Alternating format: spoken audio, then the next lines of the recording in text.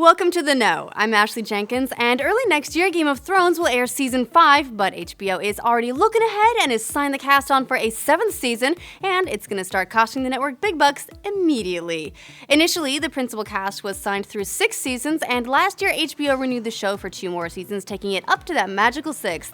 But anyone who's read the books, and you'll know they have because they'll tell you all about it, that's me, will also know that the series is expected to last at least 7 full books, potentially 8 now, which you can learn more about by clicking here. And with Season 4 drawing primarily from the second half of the 3rd book, the math already adds up to 8 seasons. Since the show is doing insanely well, surpassing HBO's previous top dog, The Sopranos, with an 18.6 million viewer average last season, it's now chasing AMC's The Walking Dead, which averaged just over 28 million weekly viewers, which is also insane, by the way. Likely, numbers will soar even higher now that HBO has announced they'll offer their content as a standalone subscription without requiring traditional TV channel packages beginning next year, and you can learn more about that by clicking here. The primary cast, which includes Kit Harington, who plays Jon Snow, Peter Dinklage, who plays Tyrion Lannister, Lena Headey, who plays his sister Cersei, and Schmorgan Nikolai Coster-Waldau, who plays Jaime Lannister, and Emilia Clarke, who plays Daenerys Targaryen, have jointly renegotiated their deals with HBO to return for a 7th season, with hefty raises starting now with Season 5.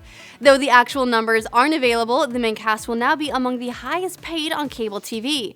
Given that the stars of The Big Bang Theory, which draws an audience of nearly 20 million, and the principal cast on that show recently renegotiated their deals to land $1 million per episode, which you can learn more about by clicking here, HBO is likely shelling out a hefty sum for the Thrones cast these days. Reportedly, the second tier, which includes Natalie Dormer, who plays Marjorie Tyrell, Sophie Turner, who plays Sansa Stark, and Maisie Williams, who plays Arya Stark, among several others, will also score raises, though slightly less spectacular. Mind you, any of their characters could drop dead at a moment's notice in classic Game of Thrones style, so these options don't necessarily guarantee they'll last that long.